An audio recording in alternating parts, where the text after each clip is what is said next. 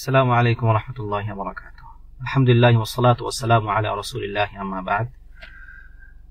কথা বলবো আজকে সফরের কিছু আদব এবং সংশ্লিষ্ট কিছু ব্যাপারে। প্রথমত, সফরে আপনি যখন বের হবেন, ঘর থেকে বের হওয়ার সময় প্রথমত ঘর থেকে বের হওয়ার দোয়া, যেটা আমাদের মাসনুন দোয়া, বিসমিল্লাহি তাওয়াক্কালতু আলাল্লাহ, এটি পড়বেন। তারপর সুবহানাল্লাযী সাখারা লানা হাযা ওয়া মা কুন্না লাহু মুকরিনিন ওয়া ইন্না ইলা রাব্বিনা লামুনকালিবুন, এটি আপনি যখন যানবাহনে চড়বেন এরপরে এই দোয়াটি পড়বেন। এরপরে আপনি আপনার স্বাভাবিক জিকির আজকার যেগুলো করেন সেগুলো করবেন। এখন এর সঙ্গে আসলে আদবটা কি? একজন মুসাফিরের জন্য সবচেয়ে আসার জায়গা যেটা, আল্লাহ সুবহানাহু ওয়া তাআলা মুসাফিরের দোয়া কবুল করেন। অর্থাৎ মুসাফির অবস্থায় এই ব্যক্তি স্বাভাবিকভাবে বেশ কিছু মাশাক্কা, বেশ কিছু কষ্টের মধ্য দিয়ে সে আগায়। এই অবস্থায় দোয়া কবুল হওয়ার সম্ভাবনা সবচেয়ে বেশি থাকে। এজন্য এই সুযোগগুলো আমাদের কাজে লাগানো দরকার। এই মুনাসাবাতে একটি হাদিস আপনাদেরকে বলতে চাই।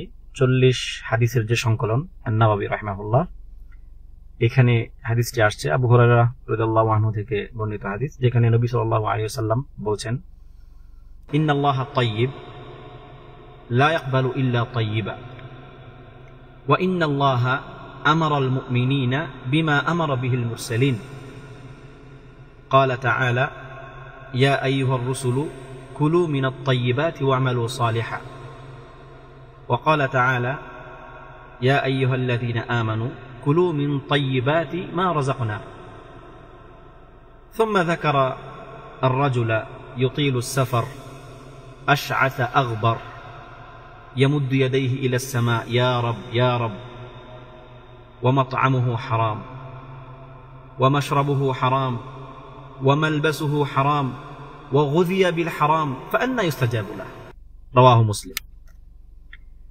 হাদিসটি অত্যন্ত শিক্ষণীয়, যেখানে আল্লাহ তাআলা বলছেন যে আল্লাহ তাআলা পবিত্র, ইন্নাল্লাহা তাইয়্যিব লা ইয়াকবালু ইল্লা তাইয়্যিবা, তিনি পবিত্র ছাড়া, হালাল ছাড়া তিনি কবুল করেন না, গ্রহণ করেন না। এবং আল্লাহ সুবহানাহু ওয়া তাআলা মুমিনদেরকে ওই নির্দেশ দিয়েছেন যে নির্দেশ তিনি রাসূলগণকে দিয়েছেন। যেমন আল্লাহ তাআলা মুমিনগণকে এবং রাসূলগণকে উভয়কেই বলেছেন, ইয়া আইয়ুহার রাসূলু কুলু মিনাত তাইয়্যিবাত, হে রাসূলগণ তোমরা হালাল ভক্ষণ করো, ওয়া'মালু সালিহান, এবং সৎকর্ম করো। এবং মুমিনদেরকে তিনি একই নির্দেশ দিয়েছেন, একই শব্দে, ইয়া আইয়ুহাল্লাযীনা আমানু কুলু মিন তাইয়্যিবাতি মা রাযাকনাকুম, হে ঈমানদারগণ তোমাদেরকে আমি যে রিজিক দিয়েছি তার মধ্যে যেটা তাইয়্যিবাত, হালাল, পবিত্র, সেগুলো ভক্ষণ করো। এরপরে তিনি সাল্লাল্লাহু আলাইহি ওয়াসাল্লাম উল্লেখ করেছেন এমন এক ব্যক্তির যে ইউতিলুস সাফার, যে লম্বা সফর করে, আশআথা আগবার, তার মধ্যে মানে সফরের যে প্রভাব সেগুলো বিদ্যমান, ধুলিমলিন, চুল উস্কো খুস্কো, ঠিক আছে, মুনকাসির অবস্থা তার, মানে শোচনীয় সফরের ইয়েতে।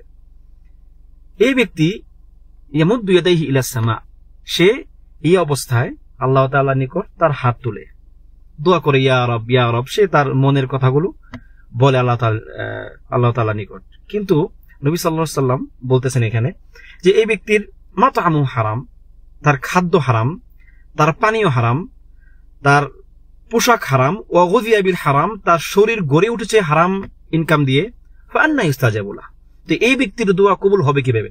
অথচ এখানে তার দোয়া কবুল হওয়ার বেশ কিছু কারণ উল্লেখ করা হয়েছে।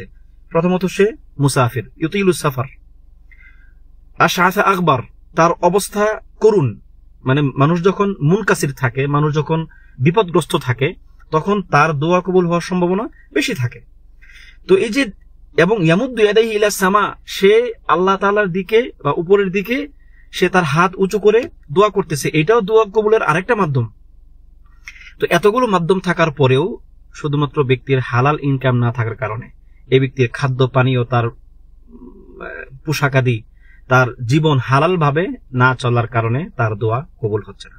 এই জন্য সম্মানিত ভাইয়েরা, এই ব্যাপারটা আমাদের কাছে অত্যন্ত গুরুত্বপূর্ণ হওয়া উচিত, যে আমাদের ইনকাম, আমাদের খাদ্য, আমরা যেটা দিয়ে আমাদের শরীর গঠন হচ্ছে, সেটা যেন কখনো এমন না হয় যে হারাম দিয়ে আমাদের এই ব্যাপারগুলো ঘটতেছে।